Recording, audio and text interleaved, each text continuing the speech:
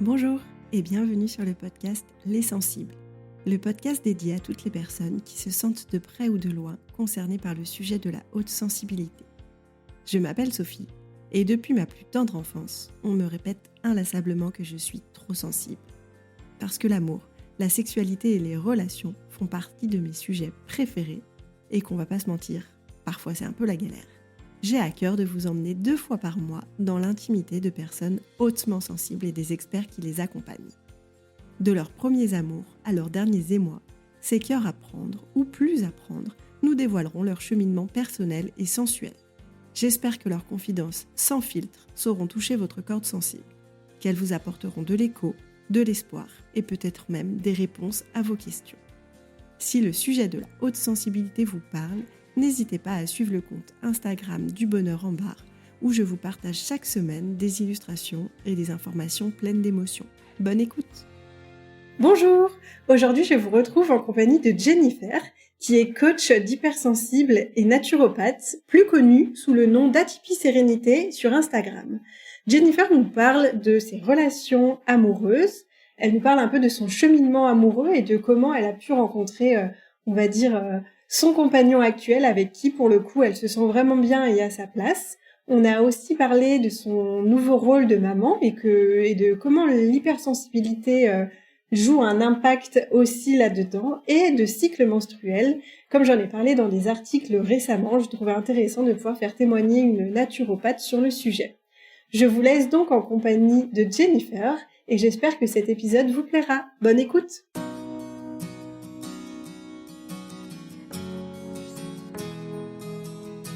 Bonjour Jennifer. Bonjour. Comment tu vas aujourd'hui? Ça va très bien, je suis super contente et ravie d'être présente dans ton podcast. Eh ben de même, merci beaucoup. Je vais te laisser te présenter pour commencer. C'est la question, la question à 10 000 euros. Un petit peu fâcheuse pour moi, c'est toujours compliqué de me présenter. Bon, moi je me présente comme coach spécialisé pour les hypersensibles avec plusieurs casquettes. Plusieurs outils, puisqu'à la base, moi, je suis naturopathe et je me suis assez vite destinée, on va dire, aux hypersensibles. Et à côté de ça, je suis également conseillère agréée en fleurs de bac et numérologue. Et je crée des accompagnements spécifiques pour les personnes atypiques avec ces 3 outils principaux que j'ai à ma disposition. Et est-ce que toi-même, tu es hypersensible? Bah oui, sinon j'en serais pas là aujourd'hui.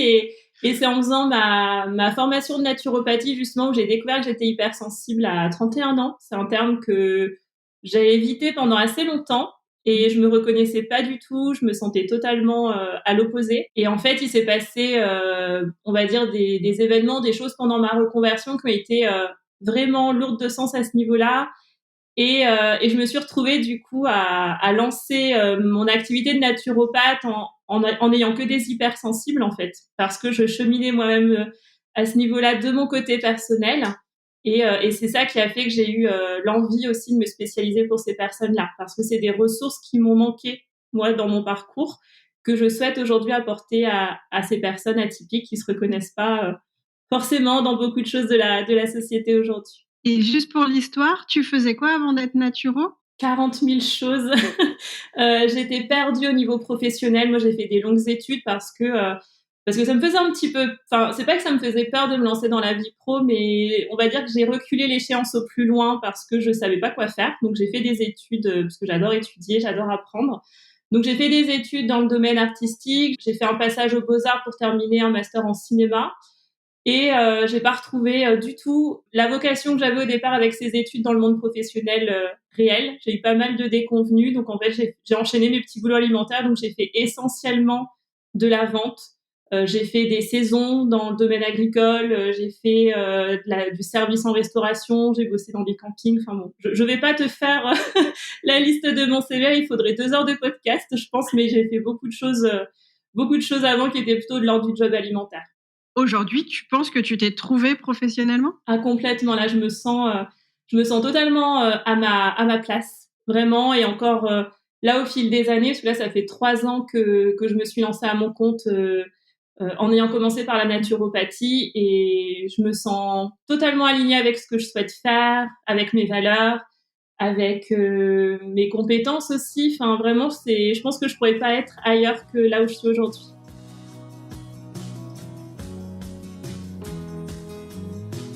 Moi, je pense qu'on s'est suivis un peu en même temps, puisqu'on s'est lancés toutes les deux il y a, comme tu dis, 3 ans. Moi, je t'ai découvert encore plus à travers les Apiconf de Flora, où tu parlais de tes relations amoureuses. Oui. Pas que, mais c'est ce que j'ai retenu.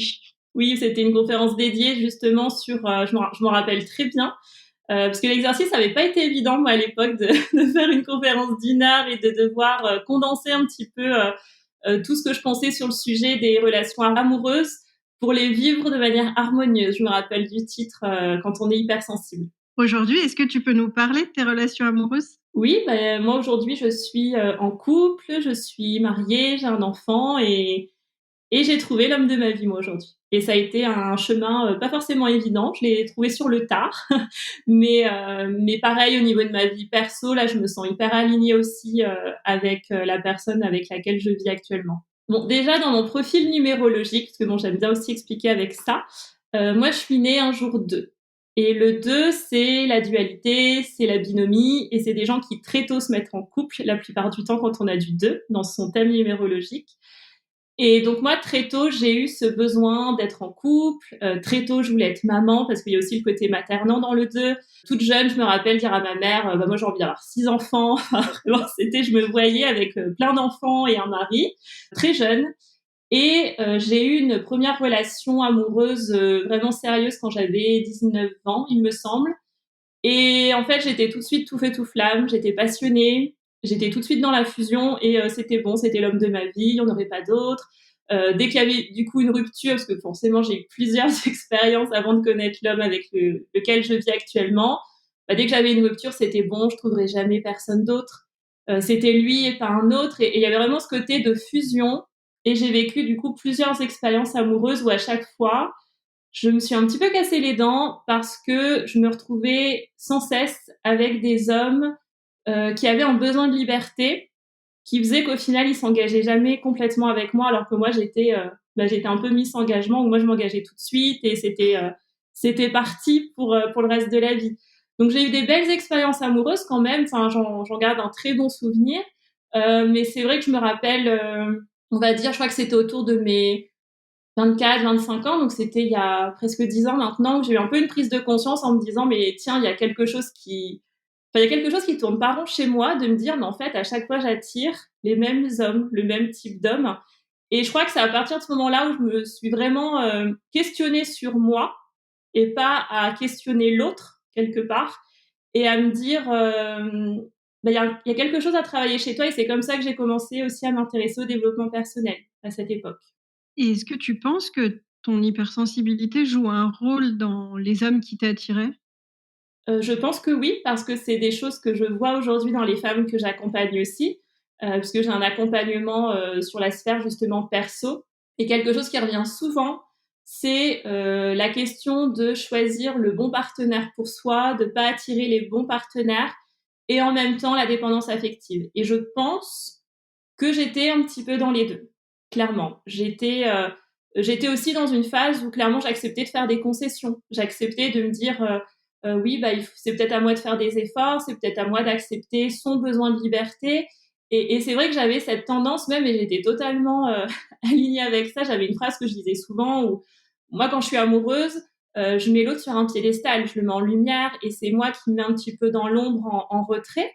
Et ça me paraissait totalement normal de dire ça il y a 15-20 ans, et aujourd'hui, je suis totalement dans l'inverse. C'est moi d'abord, et quelque part, ça, c'est pour moi hyper important de comprendre que même dans la vision du couple, on n'a pas forcément besoin de faire des concessions. Enfin, je veux dire, il y a cet idéalisme, je pense, lié à l'hypersensibilité que j'avais. J'avais une vision idéale du couple, et aujourd'hui, je suis dans la vision idéale du couple que je voulais. Parce que l'homme que j'ai, aujourd'hui, il correspond à des choses que je recherchais. Et je fais plus de concessions. C'est des sujets, je suis un petit peu à contre-courant en général là-dessus, parce que pour moi, le fait de se dire, mettre de l'eau dans son vin, accepter parce que l'autre a tel besoin, etc. Non, même si je suis hypersensible, je peux atteindre aussi un idéal de vie si je le choisis et si je le recherche aussi. Alors là, forcément, tu aiguises ma curiosité puisque ce que tu dis Je pense que je pourrais le dire, je l'ai vécu. Du moment où tu es rentrée dans le développement personnel, comment tu as réussi à travailler sur toi pour changer ça, justement? Alors, je pense que le premier pas que j'ai fait, c'est de sortir de la victimisation, de me dire pourquoi j'attire ces hommes-là et de toujours être dans ce côté répétitif, à me dire encore une fois ça m'arrive, etc. De sortir de ça et de se dire pour la première fois, là il y a un truc qui cloche chez moi. Si je les attire, c'est qu'il y a un truc chez moi qui doit transparaître, qui fait que je les attire comme des aimants, ces personnes-là. Donc ça a été le premier pas de me dire, ok, là j'ai un truc à travailler. Ensuite, ça a été un petit peu long en vrai parce que c'est une prise de conscience. Je l'ai eu à 25 ans, j'ai découvert que j'étais hypersensible, j'en avais 31. Et de 25 à, je sais même plus depuis quand je suis avec mon mari, mais depuis 6 ans. Donc, ouais, jusqu'à mes 29 ans facilement, j'ai quand même continué à avoir des relations qui n'étaient jamais les bonnes et jamais dans ce que je souhaitais. Donc, le deuxième pas, ensuite, je pense que ça a été de prendre conscience que j'avais pas à mettre l'autre sur un piédestal. Et je crois que ce besoin que j'ai eu aussi dans un second temps, qui du coup est relié au premier, c'est de me définir seule en fait. Parce qu'il y avait aussi ce côté où pendant très longtemps, je me définissais dans mon couple. Vu que j'ai été en couple très jeune et que j'ai eu plusieurs partenaires amoureux sur des longues relations, il y avait toujours ce côté où l'autre existait plus que moi. Je me définissais dans la femme que j'étais dans ce couple-là, mais toute seule, sans mon compagnon. J'avais l'impression que j'existais pas ou je savais même pas qui j'étais. Donc il y a eu aussi ce besoin de m'affirmer en tant que femme seule. Donc j'ai eu une petite période de célibat qui a pas duré très longtemps, mais c'est une période où j'ai vraiment dû apprendre à me faire un petit peu violence, à faire des choses seule. Et quand on a toujours été en couple, en fait, c'est aussi, je trouve, un apprentissage d'apprendre à faire les choses par soi-même et d'exister par soi-même et de me dire que finalement, mon existence, elle n'est pas due à l'autre, elle est d'abord due à moi, à mes choix et à ce que j'ai envie de faire aussi. Et ça, j'imagine que c'est pas évident, parce que quand on est hypersensible, on a tendance à s'adapter à tout ce qu'il y a autour de nous. Donc quand il y a plus la personne pilier, on va dire, ça peut être perturbant. Ça peut être perturbant, mais en même temps, je pense qu'il y a beaucoup de personnes qui passent un petit peu à côté de leur vie et qui ne vont jamais dans ce cheminement-là qui clairement est inconfortable, de se dire qui je suis, en fait. Il y a beaucoup de gens qui ne savent pas qui ils sont. Et moi-même, pendant très longtemps, je ne savais pas qui j'étais. Après, c'est un autre sujet, mais il y a aussi le sujet de la suradaptation, le sujet du faux self. Enfin, moi, jusqu'à mes, je crois, facilement 26, 27 ans, j'étais pas moi-même, j'étais une autre personne. Une personne qui a un masque social pour faire plaisir aux autres, pour pas montrer ses sentiments, ses émotions. Moi, j'étais complètement coupée de mes émotions jusqu'à très tard. Je savais pas pleurer devant quelqu'un, je savais pas pleurer même toute seule. Enfin, ça, c'est aussi des apprentissages qu'on fait en dehors. Et tout ça, c'est un travail profond qui, dans tous les cas, va se refléter aussi dans nos relations. Et du coup, est-ce que tu as toujours eu des relations très passionnelles, comme tu l'as dit, à la limite de la dépendance? Ou est-ce que tu as eu des relations, on va dire, où c'était moins passionnel? Quand même, toujours passionnel. Il y a un côté chez moi, et je pense que ça fait partie aussi de l'hypersensibilité, très entier. Je fais rien à moitié. Et quand je suis dans un couple, je suis pas à moitié dans le couple. Je suis complètement à 100%. Et du coup, ça allait, et je pense que ça a été l'erreur aussi dans mes jeunes années, d'avoir des relations uniquement passionnelles. Et de me dire que c'était ça, en fait, l'amour. L'amour, pour moi, c'était que de la passion. Mais qu'en fait, quand on est dans la passion, il n'y a pas de construction derrière. On est sur le côté présent et on n'est pas sur une durée. Alors aujourd'hui, raconte-nous comment s'est passée déjà la rencontre avec ton compagnon. C'est une rencontre déjà atypique dans les histoires que j'avais avant, où en fait les relations que j'avais auparavant, c'est des hommes que je ne connaissais pas en fait quelque part et qui ensuite ont engagé une relation assez tôt comme ça sans trop se connaître. Là, la particularité, c'est qu'en fait, c'est un homme que j'ai rencontré quand je faisais les vendanges, parce que j'ai fait ça pendant des années. Je faisais des saisons agricoles et chaque été, je faisais les vendanges dans une petite propriété familiale où on était un groupe d'habitués. Donc, chaque été, on se retrouvait à faire les vendanges tous ensemble de tous les pays. Et la première fois que j'ai fait les vendanges à cette adresse, je l'ai rencontré. C'était un des vendangeurs. Et on n'avait pas forcément plus connecté que ça. On se parlait comme n'importe qui dans l'équipe. On s'est retrouvés 2 ans plus tard avec une autre personne, une autre femme avec qui on faisait les vendanges aussi. On est devenus amis tous les trois. Et lui était saisonnier à l'époque, donc il vadrouillait dans toute la France, il faisait un peu à l'étranger également. Et on se voyait peut-être une fois dans l'année, mais c'était un ami plus comme un pote, quoi. C'était pas un ami très proche. Et en fait, après ça, donc moi j'étais en couple avec un autre homme, où là on était dans une relation totalement destructrice. Enfin, je pense que ça a été une des pires, mais au moins celle qui m'a le plus fait voir des choses en face à ce niveau-là, parce que mon compagnon, la première fois que je l'ai vu et rencontré, c'était 2014. Donc là, on est en 2023, donc ça fait 9 ans en fait. Je me rends compte moi-même des années. Donc ça fait 9 ans la première fois. Et donc j'étais en couple avec un homme où ça se passait très mal. Et en fait, c'est bizarre, mais c'est la première fois où je me suis dit, cet homme, il est exactement tout ce que je déteste, en fait, tout ce que j'ai pas envie de vivre dans une relation que je subis, et j'arrivais pas à mettre fin à cette relation. Il me faudrait, en fait, l'opposé de cet homme. Et je sais pas pourquoi, la première personne qui m'est venue en tête, ça a été mon mari. Je me suis dit, ben, c'est marrant, je l'ai jamais vu comme ça. C'était un ami, et c'est vrai que moi, j'ai un côté où j'aime bien scinder les choses, et j'ai beaucoup d'amis masculins. Un ami, pour moi, c'est un ami. Il n'y a pas de regard ambigu. Enfin, je crois vraiment en l'amitié homme-femme sans aucun souci. Et j'ai commencé à avoir un regard différent sur lui. Et ça s'est mis en place comme ça, tout simplement. Donc ça a été un peu bizarre parce qu'on a dû passer le cap de c'est un ami, lui faire comprendre que finalement, bah, moi, j'aimerais que ça aille plus loin, avec cette peur que finalement, ça puisse aussi nuire à la relation qu'on avait amicale. Et là, ça fait bientôt, là, ça va faire 6 ans qu'on est ensemble. Et comment tu as trouvé ton rythme dans cette nouvelle relation, sans être dans la suradaptation, toi en arrivant à te mettre au premier plan? Ça s'est fait hyper naturellement, en fait. C'est ça qui est génial avec lui. C'est que pour la première fois, c'est une relation où je me pose mais aucune question. Depuis que je suis avec lui, là, depuis 6 ans, je tergiverse pas, je me pose aucune question, je suis juste moi. Et lui, il est lui. Et en fait, c'est juste ça. Et c'est d'une simplicité.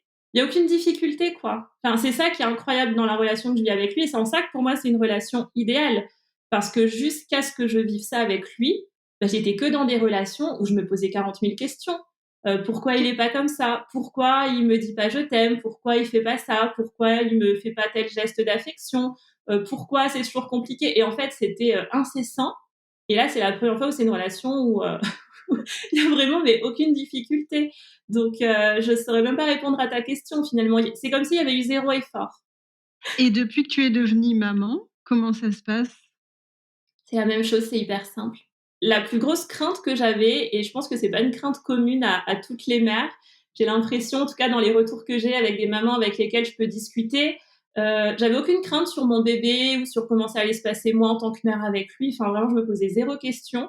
Par contre, vu la relation que j'ai avec mon compagnon, c'est vrai que j'avais plus une peur de me dire, est-ce qu'on va se retrouver tous les deux?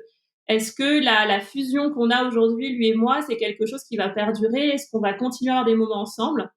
Et en fait, ça se passe super bien. C'est étrange, mais c'est comme si notre enfant, il avait toujours été avec nous et que ça n'avait pas forcément déséquilibré la relation qu'on a. C'est une relation plus profonde, mais c'est pas une autre relation. Au contraire. Et moi, dans les clientes que j'accompagne, il y a des questionnements qui reviennent souvent, qui sont pas l'ordre de pourquoi lui, il fait pas ci, il fait pas ça, mais plutôt elles qui se questionnent sur leurs sentiments, sur est-ce que c'est le bon, est-ce que c'est pas le bon. Est-ce que c'est des questions que toi tu te posais du coup avant de l'avoir rencontré lui? Bah, c'était pas forcément est-ce que c'est le bon, c'est plutôt pourquoi c'est pas le bon. C'était plus dans ce sens-là que je la posais parce que je pense que j'étais tellement tout feu tout flamme et j'étais aveuglée, je pense, à ce moment-là, parce que j'étais pas forcément moi-même. Je me posais pas la question si c'était le bon ou si c'était pas le bon. Je me disais juste, bah, pourquoi ça marche toujours pas, plutôt. Donc c'est pas le même sens pour moi de la question. C'est pas une question que je me suis réellement posée, je pense. Et en termes de rythme, parce que pareil, tu disais que tu t'es pas posé de questions par rapport à l'arrivée du bébé dans ton rôle de mère, mais je sais qu'en tant qu'hypersensible, nos sens sont très exacerbés, les émotions aussi. J'imagine que tout est décuplé pendant et après la grossesse. Oui. Bah, après, il y a quand même aussi l'histoire des hormones, il y a la chute hormonale qu'on a après l'accouchement. Et c'est là où moi je trouve ça hyper beau, l'hypersensibilité à ce niveau-là, c'est que par exemple le premier mois post-accouchement, postpartum que j'ai vécu, Ça a été une épreuve parce que je pleurais pour un rien. Mais je regardais mon bébé, je pleurais. Et en fait, c'était des choses qui étaient drôles et avec lesquelles on souriait avec mon compagnon. Il y a plein de moments, je regardais à gauche mon bébé qui dormait, ensuite je regardais mon compagnon à droite et hop, je fondais en larmes parce que juste j'étais heureuse et je me sentais comme si j'avais un trop plein d'amour et j'étais tellement dans un flot d'émotions mais tellement bénéfique de sentiments de plénitude que en fait je pleurais de bonheur. Donc en ça, j'ai trouvé ça magnifique. Donc ça, c'est des choses que j'ai vécues. La première fois que c'est des moments où mon compagnon, il se moque gentiment de moi et c'est totalement bienveillant. Mais première fois que j'ai pendu la lessive avec les habits de mon bébé, j'ai pleuré. Parce qu'il y a ces petites chaussettes, ces petits bodys, je trouvais ça tellement beau. Enfin, hop, je pleurais direct. Et encore aujourd'hui, je peux regarder mon enfant et avoir eu l'émotion. On peut rien que d'en parler, l'émotion, elle monte parce que c'est beau, en fait. En fait, je pense que c'est aussi ça qui est beau dans l'hypersensibilité, c'est une sorte de naïveté dans un certain regard sur les choses. Moi, c'est mon premier enfant. J'ai pas eu d'enfants autour de moi. Je suis la dernière. J'ai un gros écart avec mes frères et sœurs. J'ai pas d'amis très proches qui ont eu leur bébé quand j'étais présente, parce que j'étais soit à l'étranger ou ailleurs. Donc là, j'avais mon enfant sous les yeux. Je trouvais ça juste incroyablement beau à observer. Et j'étais toujours dans ce côté nouveauté, un petit peu naïf. Donc je pense que là-dessus, c'est qu'un impact positif. Après, c'est sûr qu'il y a la fatigue, il y a les émotions qui sont un petit peu en vrac, surtout dues à la fatigue la plupart du temps. Mais bon, là, ma casquette de naturopathe, elle aide beaucoup parce que j'ai pu mettre en place des choses pour pallier à ça. Je fais aussi très attention à la communication. Ça, c'est des choses que je transmets beaucoup, moi, dans mes coachings, de comment communiquer aussi dans un couple. Donc, je sais aussi communiquer avec mon compagnon. On a une très belle communication depuis le départ, où je suis en mesure de lui dire pourquoi des fois j'ai craqué, pourquoi j'étais énervée parce qu'il y avait du bruit, et dans ces cas-là, il prenait le relais. Et en fait, en ça s'est très bien passé. L'impact, il peut être négatif pour moi dans le sens où il n'y a pas de communication. La femme, elle n'est pas en mesure de comprendre ce qui se passe en elle, et en ça, je remercie mais vraiment l'univers d'avoir pu découvrir que j'étais hypersensible avant d'être maman, parce que là, je pense que je l'aurais hyper mal vécu. Et du coup, je trouve ça hyper intéressant que tu aies parlé de ton travail de naturopathe là-dedans, parce que moi, je me dis, c'est quoi les clés pour trouver son rythme, justement, dans ce changement? Alors déjà, de pas s'oublier, vraiment. De pas partir dans, j'ai envie de dire, la serviabilité extrême, où on est là, on sert son enfant, on sert son compagnon, et en fait, on s'oublie soi. Donc ça, déjà, c'est essentiel de pas s'oublier, d'avoir des moments pour soi, de sortir. Ça, c'est peut-être bête, mais moi, je suis partie dans un truc où j'osais pas sortir avec mon bébé les premières semaines. J'avais peur de plein de choses. C'était le premier, j'avais peur de plein de choses. Donc de sortir, de se forcer à sortir aussi, de voir du monde. Et après, d'avoir une indulgence envers soi et de pas culpabiliser sur des choses qu'on va faire aussi parce que on en a marre et qu'on est au bout du rouleau. Ça, c'est des petits moments qu'on peut vivre aussi, qui sont plus ou moins longs, et d'avoir l'hygiène de vie adaptée derrière. Ça m'a beaucoup aidé. Il y a des petites astuces en naturo aussi pour justement rétablir l'équilibre entre les hormones, le système nerveux. Enfin, tout ça, c'est des choses physiologiquement qu'on apprend en naturopathie, qui sont essentielles pour que derrière, émotionnellement, ça se passe bien aussi. Donc, si tu nous accompagnes, tu peux nous aider aussi là-dessus en naturo, oui. Et j'imagine peut-être avec d'autres outils que tu as. Oui, bah surtout avec, je dirais, le mélange entre la naturo et tout un travail aussi de se donner aussi la priorité. C'est pas parce qu'on est mère, et c'est un peu compliqué de se le dire, mais c'est pas pour autant que le bébé il passe avant tout le reste aussi. Et de vraiment se donner de l'indulgence avec tout ça.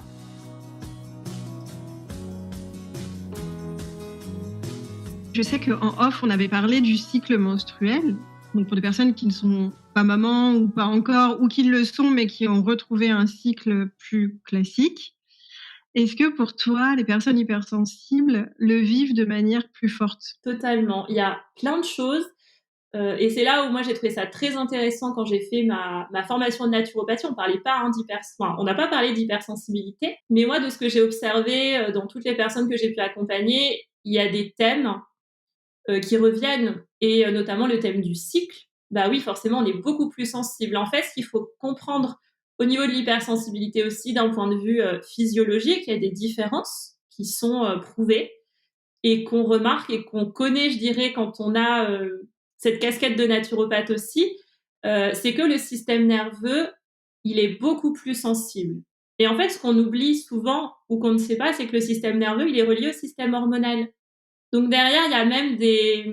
Alors, je vais essayer de mettre des gros guillemets parce qu'il ne faut pas entendre « je suis hypersensible, donc je peux faire telle maladie », mais il y a des pathologies qui reviennent, des problématiques que moi, j'ai beaucoup vues, beaucoup accompagnées, parce qu'il y a un impact sur le nerveux, sur l'hormonal. Donc clairement, une femme qui est hypersensible au niveau des cycles, elle le ressent puissance 10 000 par rapport à une autre. Le sommeil, elle le ressent puissance 10 000 par rapport à une autre. Les insomnies, la fatigue chronique, les gens qui vont développer des troubles de la thyroïde, tout ça, c'est un triangle en fait avec le nerveux et le système hormonal. Donc forcément, oui, c'est beaucoup plus sensible, voilà, chez les personnes atypiques. Et pareil, comment tu arrives à réguler ça du coup? Bah là, il faudrait tout un tout un épisode. Il y a beaucoup de choses. C'est déjà de comprendre son cycle, parce qu'il y a beaucoup de femmes qui sont déconnectées par rapport aux phases du cycle menstruel. C'est de comprendre que lors de la phase, on est en menstruation, bah, c'est une phase où souvent on a plus envie de manger du mauvais gras, où on va peut-être boire plus de café, des choses comme ça. C'est toutes les choses qu'il faut bannir, clairement, pendant cette période-là. Si c'est vraiment très, très sensible chez nous, vraiment, c'est une semaine quand on a ses règles, pas de café, pas d'excitant. Alors, quand je dis pas de café, c'est aussi bien pas non plus 5 thés par jour, pas de cigarettes, pas d'alcool, éliminer tout ce qui va être alimentation industrielle. Enfin, dès lors qu'on a une bonne hygiène de vie, moi, j'ai vraiment vu la différence quand je suis devenue naturopathe. Et ça, c'est au long cours, sur toute une année, il y a des choses qu'on vit beaucoup plus facilement. Et pareil, une carence qu'on a beaucoup, un peu partout, et que je vois chez beaucoup de personnes que j'ai accompagnées, c'est magnésium oméga 3. Rien qu'avec ça, au niveau du système nerveux, on régule beaucoup de choses, et les émotions, si on peut imaginer ça, elles ont besoin d'oméga 3. Donc ça aussi, et vu que c'est un anti-inflammatoire naturel, pendant les règles, faire une cure d'oméga 3, par exemple, ça peut aider aussi à réguler. Et la bouillotte chaude sur le bas-ventre, protégée avec du chardon-marie. Enfin, il y a plein de choses. Après, ça se personnalise, ça s'individualise, mais il y a plein de choses qu'on peut mettre en place. C'est rigolo qu'on en parle maintenant parce que j'ai commencé à écrire des articles et des podcasts sur le cycle. Et moi, on m'avait détecté une dysphorie menstruelle. Et du coup, les premières choses qu'on m'a données, oméga 3, magnésium et griffonia, je ne sais pas si tu connais, Oui. pour calmer le mental. Oui, c'est une plante qu'on donne souvent plus au niveau psychique. Et j'avais entendu dire que justement, alors j'aime pas trop faire des généralités et du coup, je suis contente que tu sois naturo pour en parler. Beaucoup de gens disaient que pour les hypersensibles, la griffonia était une plante adaptée. J'ai pas de choses palpables là sous la main à te dire, parce qu'il y a beaucoup de plantes en fait qui peuvent aider, mais spécifique à l'hypersensibilité, moi c'est vrai que c'est plus avec les fleurs de bac que je vais le faire. Après, je sais qu'au niveau du cycle, il y a l'achillée millefeuille, il y a le gâtillier, mais là, faut, comment dirais-je, en tout cas, pour tout ce qui est phytologie, je suis un petit peu plus réticente parce qu'il y a beaucoup de contre-indications, et là, je suis pas à l'aise de le dire dans un podcast. Parce que là, ça demande vraiment à voir la personne, à voir ses antécédents, sa situation spécifique. Je suis plus réticente parce que il me faut plus de données, en fait. Je peux pas faire de généralité sur les plantes. Mais si justement, je pense que c'est bien de le dire. Ouais, parce que c'est donné un petit peu à tout va sur Internet. Par contre, les fleurs de bac, il y a 0 contre-indication, à part les personnes en sevrage alcoolique. Donc là-dessus, je suis plus à l'aise. Trop bien. Bah, non, mais justement, je pense que c'est important de le rappeler parce que c'est très facile de se dire, tiens, j'ai ce problème-là et je vais choisir une plante que j'ai trouvée sur Internet. C'est ça. Alors que, moi, je le répète pour les huiles essentielles, puisque du coup, j'ai une formation en aroma. Et voilà, c'est dangereux, en fait. Donc, on ne s'auto-médicamente pas. C'est ça. Et surtout, ne serait-ce qu'avec l'alimentation, il y a énormément de symptômes douloureux, je dirais, qui peuvent disparaître. Parce que les douleurs de règles, enfin, moi, j'avais fait aussi une spécialisation pour l'endométriose, c'est de l'inflammation. Et en fait, dès lors qu'on désenflamme avec des aliments anti-inflammatoires, et il y en a plein, et dans ce cas-là, il y a 0 risque. Et ça, pour le coup, c'est beaucoup plus aidant qu'une plante qu'on va souvent prendre sur une durée très courte et qu'on va peut-être pas poursuivre.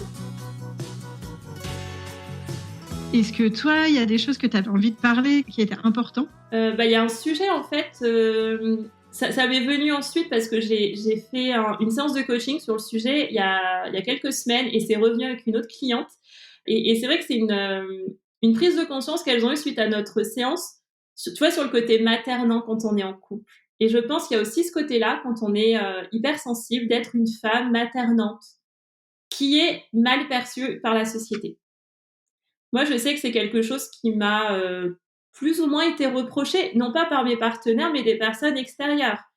C'est des choses que j'entends même encore aujourd'hui quand je suis avec mon compagnon. Il y a des gens, ils comprennent pas la relation qu'on a, je pense, parce qu'ils me voient comme quelqu'un de trop maternant pour lui. Comment on peut être vraiment trop maternant, surtout si ça gêne pas le partenaire? Bah, pour l'autre, apparemment, ça peut être dérangeant. Ou en tout cas, OK. ça peut, sans forcément dire que c'est dérangeant, mais ça peut questionner. Et là où c'était revenu dans la séance, c'est que des fois, je fais face à des femmes dans mes accompagnements qui, par exemple, ont eu dans leur passé familial, je dirais, des modèles de femmes qui ont été soumises face aux partenaires. Du coup, elles veulent faire l'inverse. Et elles veulent ne pas être maternantes parce que pour elles, maternante, ça veut dire je suis soumise. Et je pense qu'aujourd'hui aussi, en société, on a cette vision, et même parfois, je trouve, dans les injonctions du dev perso, je veux m'affirmer, l'affirmation de soi, etc. Je peux pas être soumise, je peux pas être maternante. Et pour moi, c'est un amalgame et c'est une erreur. Et je sais qu'il y a eu un switch avec ces clientes que j'ai eues où elles se sont dit, bah oui, je peux être maternante et je peux être aussi affirmée. Et je peux m'affirmer moi dans mon individualité en ayant aussi ce besoin de donner de l'amour et d'être maternante avec l'autre. Et ça veut pas dire que je sois soumise. Donc ça, c'est aussi un point que je voulais rajouter sur ce thème-là. Ouais, et du coup, ça me fait rebondir sur, le côté quand on est dans la dépendance affective, on peut avoir tendance à être dans la «soumission» entre guillemets Oui. et du coup, quand on est dans une relation où il y a pas ça, moi personnellement, je l'ai vécu et je me suis demandé en fait, est-ce que c'est de l'amour? Mmh. Tu vois? Parce que moi, ma normalité de l'amour, c'était ce truc un peu fusionnel, un peu dépendant. Je veux passer mon temps avec l'autre, je veux tout faire pour l'autre. Et si j'ai pas ça, est-ce que c'est de l'amour? Ouais, je vois la nuance effectivement. Et moi, en tout cas, dans mon couple, par exemple, aujourd'hui, il y a ce côté fusion. On adore passer du temps ensemble, on adore être ensemble, mais à côté de ça, ça m'empêche pas des fois enfin, c'est pas d'imposer, mais de poser mes limites. Moi, j'ai aussi ce besoin parfois juste d'être seule. Et encore plus là en ayant mon bébé, parce que c'est du temps que j'ai plus quasiment et que j'apprécie. J'apprécie d'être toute seule, sans mon mari, sans mon enfant. Et pourtant, à côté de ça, je suis très maternante avec les deux. Et ça, c'est des choses que je pose aussi dans mon couple. Des fois, je lui dis, bah là, j'ai besoin d'être toute seule. Et on le fait. Et c'est OK. Mais on peut très bien être maternante et ne pas être dans la dépendance, ni être dans la soumission. Et c'est ça aussi que je trouve beau dans l'hypersensibilité en amour, c'est qu'il y a ce don de soi. Après, il faut pas s'oublier. On peut donner, et c'est aussi quelque chose que j'entends beaucoup, l'importance dans l'équilibre qu'on a dans la relation aussi, c'est de donner et de recevoir à la mesure de ce qu'on donne aussi à l'autre. Est-ce que ton compagnon est hypersensible? Pour moi, oui. Après, il est pas trop à l'aise avec les termes, donc on n'en parle pas.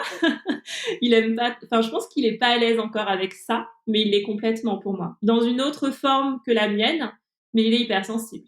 Donc peut-être que votre enfant le saura, Il on ne sait l'est, pas. ça se voit Il l'est? déjà, Tu sais ça se déjà? voit, ouais. Là, il est à la crèche depuis maintenant près de 4 mois, ça se voit tout de suite. Je l'ai vu direct, donc avec, en le voyant avec d'autres enfants, ça se remarque. Est-ce que pour, justement des mamans qui se posent la question, tu peux donner des exemples concrets de comment tu l'as vu?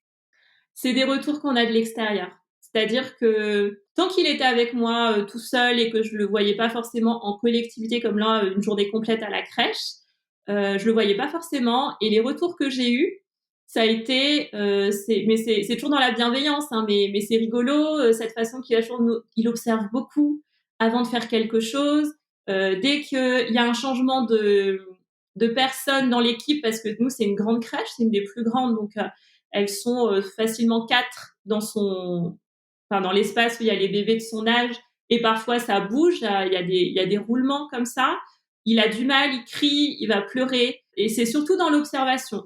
On voit que c'est un bébé qui est très prudent, il va pas tout feu tout flamme faire quelque chose, et en fait il y a ce côté comme s'il osait pas faire complètement, il va pas, je sais pas comment expliquer, mais ça se remarque dans sa façon d'appréhender aussi la nouveauté au niveau motricité. Moi je le vois à ce niveau-là. Et surtout, c'est dans son regard. Il observe de manière incroyable, et c'est depuis le début qu'on a notre enfant, il va bientôt sur ses 1 an, il est hyper zen. Tout le monde nous le dit, les gens hallucinent du calme qu'il a, il pleure pas. Il pleure juste quand il a faim, il pleure quand il faut aller le coucher, mais c'est pas un bébé qui va crier, qui va faire du bruit, il est très calme. Et à côté de ça, c'est vrai que j'avais cette peur, parce que c'est aussi quelque chose qu'on entend beaucoup chez les enfants hypersensibles, cette difficulté à s'adapter. Donc moi, l'adaptation à la crèche, ça me faisait un petit peu peur. Je me suis dit, mince, je sais pas comment ça va se passer. Au final, ça s'est fait en douceur. Il a ce besoin d'être rassuré. Et très tôt, dès les premiers mois, je lui parlais beaucoup. Il a besoin qu'on lui explique les choses, même s'il parle pas, il comprend tout ce qu'on lui raconte. Et je pense que ça, c'est quelque chose qui se remarque aussi. Donc au final, l'adaptation s'est super bien passée. Le sommeil, c'est une tombe, il dort super bien, c'est génial.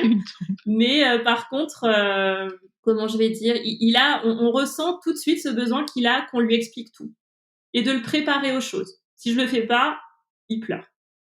Donc ça se remarque assez tôt chez des bébés très jeunes. Donc moi, je dirais que c'est les premiers signes qu'on remarque. Après, ça peut aller plus loin. Des bébés qui ont des problèmes, par exemple avec la température, des bébés qui sont très sensibles au toucher, des bébés qui ont besoin de s'exprimer, quoi, qui ont un trop plein d'émotions, ça s'exprime d'une autre manière. Enfin, il y a plusieurs signes après qu'on peut voir.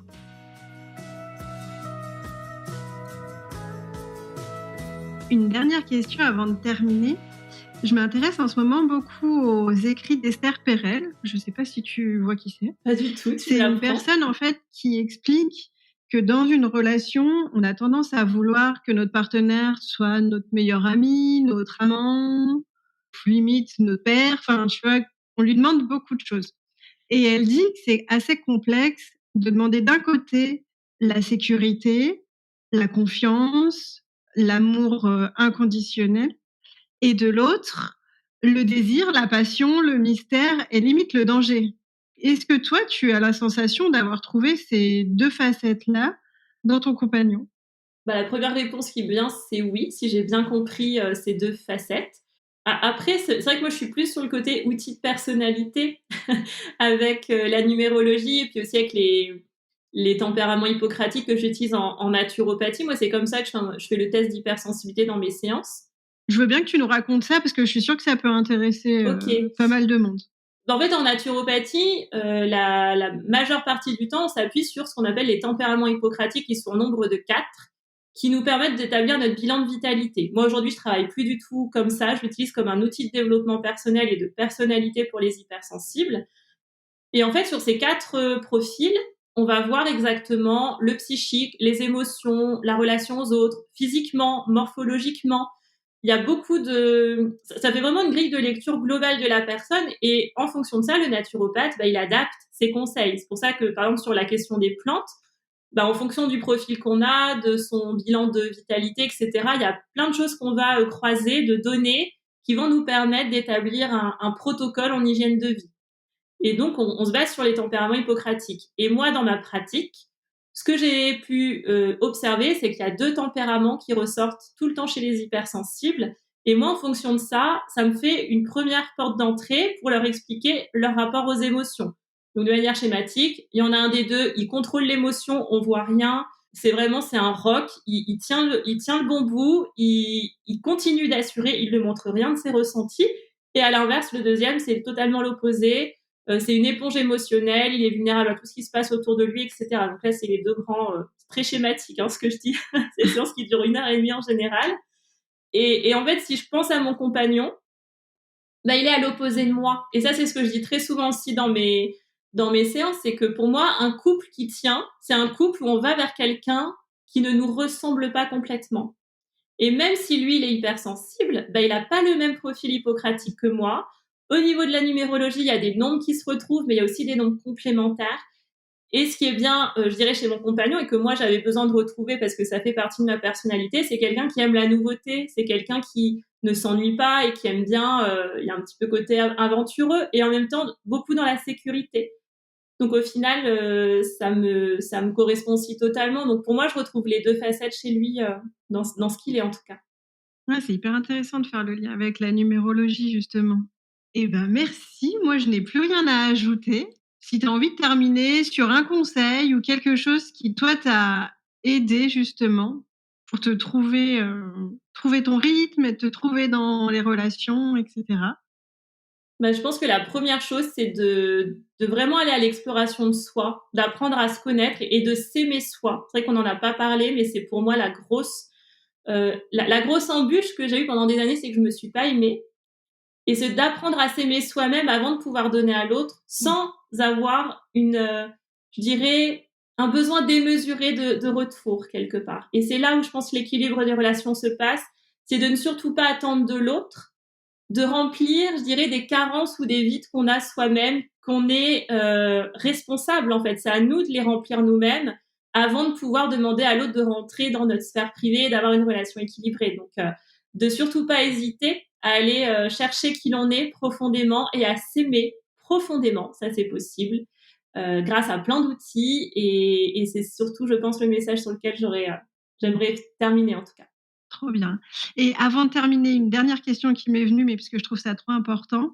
Est-ce que tu peux nous partager ton rythme quotidien ou hebdomadaire, justement, pour que toi, tu te sois bien? Il n'y en a pas. Je suis anti-rythme. C'est bien, justement, de le dire. Dans mon thème en numérologie, j'ai du 5. En tempérament hippocratique, je suis sanguin. Alors moi, je suis tout à l'opposé des rythmes réguliers. Donc, en fait, je m'écoute beaucoup. Et ça m'a aussi beaucoup aidé. Tu vois, on a parlé du cycle menstruel, de m'écouter.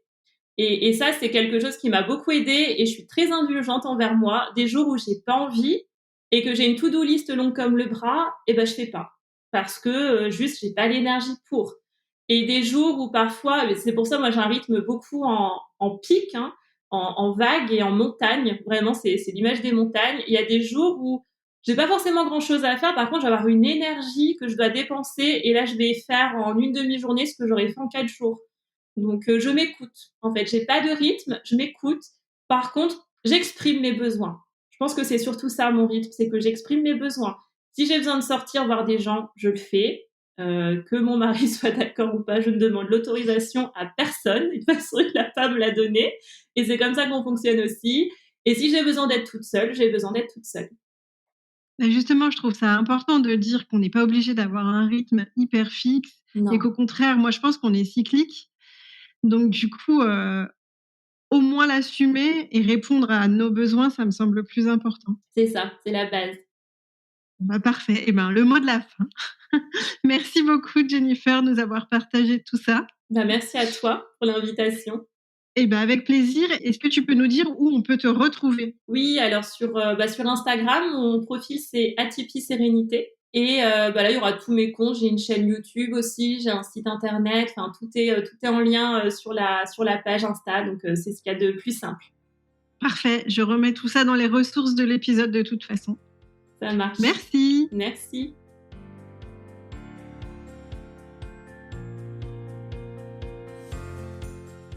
Un grand merci à vous pour votre écoute. J'espère que cet épisode vous a plu. Si c'est le cas, n'hésitez pas à le partager autour de vous et à le faire savoir en laissant un commentaire ou 5 étoiles dans votre appli de podcast préféré. Pour recevoir une dose de bonheur en barre chaque semaine, inscrivez-vous à ma newsletter sur mon site dubonheurenbarre.com. Et si vous voulez me soutenir et m'encourager, rendez-vous sur ma page Tipeee. Pas de panique, si vous êtes en voiture, en cuisine ou que vous n'avez pas de quoi noter. Vous retrouverez tous les liens dans la description de ce podcast. Et si vous aussi, vous voulez partager votre témoignage sensible, envoyez-moi un mail à sophie@dubonheurenbarre.com en me racontant un bout de votre histoire que j'ai déjà hâte de découvrir. Pour clore cet épisode, je vous souhaite plein de jolies choses. Prenez soin de vous.